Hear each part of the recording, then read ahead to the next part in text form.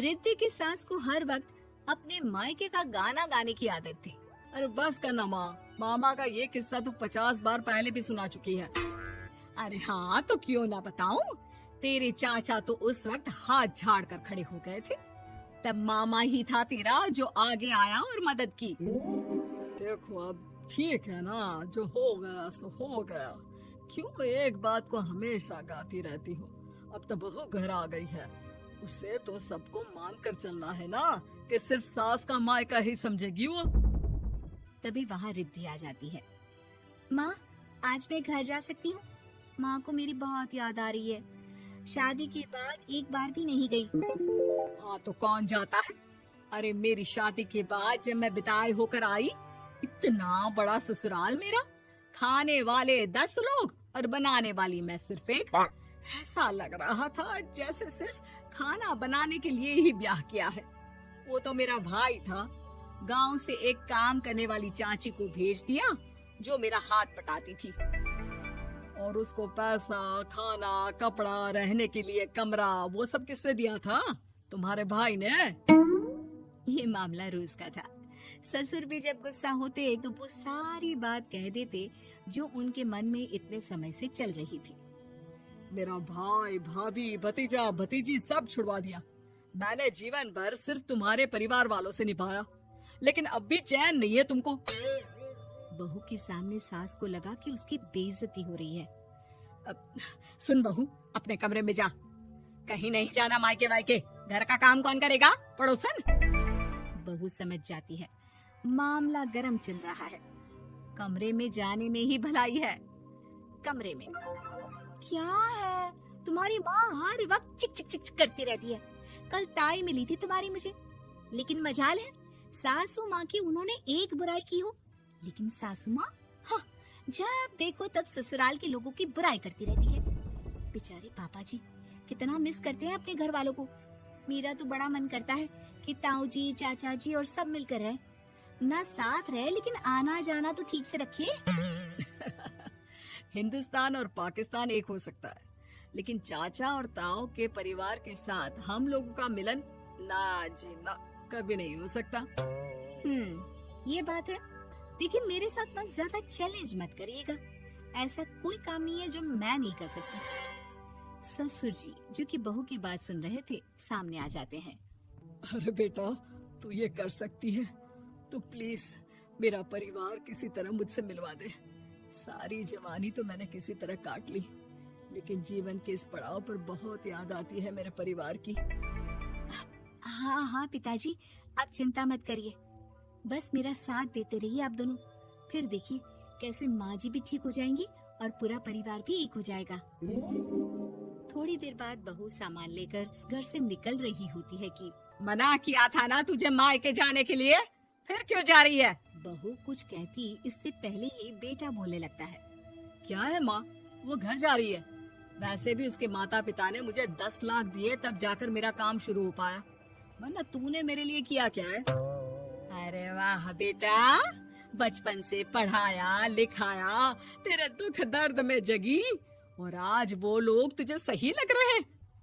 और फिर ससुराल में लड़की खुश रहे, ये तो मायके वालों की जीवन भर की जिम्मेदारी रहती है। तो ये तुमको भी तो सोचना था ना। ताऊ जी ने पापा को पढ़ाया लिखाया, जब तुम नहीं आई थी तो पापा के लिए ताई जी ने पापा की माँ की तरह देखभाल की। अब बोलिए। अरे तू कुछ नहीं जानता बेटा, तेरे पापा को सब पता है, तभी वो उन लोगों से वास्ता नहीं रखते।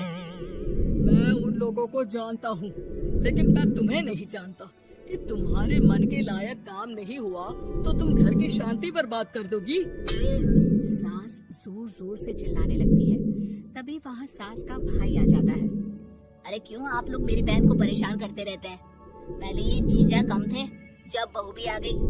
बहन, मैंने तो 30 साल पहले ही बोला था, अपना हिस्सा ले और छोड़ इन लोगों को, चल अपने साथ। बहू समझ जाती है कि मामा ससुर की नजर किस पर है। देखा, तुम लोग मुझे अकेला मत समझना, मेरा भाई खड़ा है आज भी मेरे लिए। बहू मायके जाती है और आते वक्त साथ में एक नौकरानी ले आती है। अरे बहू, कुछ खाने को दे दे। अरे आंटी, क्यों भाभी को परेशान करती रहती हो। उनके भाई ने मुझे जिम्मेदारी दी है, किसी भी चीज की परेशानी नहीं होनी चाहिए भाभी को। जो चाहिए मुझे बोलने का। हाय हाय, बहू के मायके वालों का इतना दखल। ये मेरा घर है, कोई कल का आए इसे पूरा कैप्चर कर ले, ये बर्दाश्त नहीं होगा मुझसे। क्या हो गया सासू माँ, क्यों सुबह सुबह चिल्ला रही हैं? चमेली, ओ चमेली, क्या कहा था मेरे भाई ने तुझे? अरे दीदी बहुत तेज है आपकी सासू माँ, मैंने तो बोला कुछ चाहिए तो मांग लो मुझसे। अरे निकल यहाँ से, घर को रेलवे स्टेशन बना रखा है, जो देखो वो घुमा जा रहा है यहाँ से वहाँ। ये कहीं नहीं जाएगी, ये जाएगी तो घर का काम कौन करेगा? मैं। हाँ, और क्या करती है बहुएं? घर का काम ही तो करती है, इसमें नया क्या है? तभी वहाँ ससुर जी आ जाते हैं। हाँ, तो यही बात तो तुम्हें भी समझनी चाहिए थी ना। आज बहू के मायके से नौकर आ गया तो तुम्हें बुरा लग रहा है? अरे तो उस वक्त गर्मा गर्म खाना तो सबने खाया ना, ऐसा तो नहीं है कि मेरे मायके का नौकर था तो सिर्फ मेरे लिए बनाता था। अरे निकालो इसे फिलहाल, बाद में बात करती हूँ। सास का गुस्सा जोर से नौकरानी पर फूटता है। तभी वहाँ बेटा सामान के साथ आकर खड़ा हो जाता है। चलो रिद्धि, तुम ठीक बोलती हो। मेरी माँ को तो हम लोगों की कोई फिक्र है ही नहीं, ये तो सारा दिन सिर्फ अपने बारे में सोचती है। और देखिए, मैं अब से कह रही हूँ कि अब से इस घर की तरफ आपको देखना भी नहीं है, नहीं आना आज के बाद इन लोगों से मिलने। हाँ, बस कभी कभी दिन में 2 बार मिलने आ जाओ। नहीं, बिल्कुल नहीं। ससुर झूठा नाटक करते हुए। मेरी बीवी ने मुझे मेरे ही परिवार से दूर कर दिया, आज बहू मेरा इकलौता बेटा दूर कर रही है। हाय, कैसे जीऊंगा मैं? वाह, वो भाई जो आपको बेटे की तरह मानता था, उन्हें छोड़ने में तो दुख नहीं हुआ। आज खुद का बेटा छोड़कर जा रहा है तो कैसे जीऊंगा? बड़े आए। अब सास समझ चुकी थी कि उससे गलती क्या हुई है।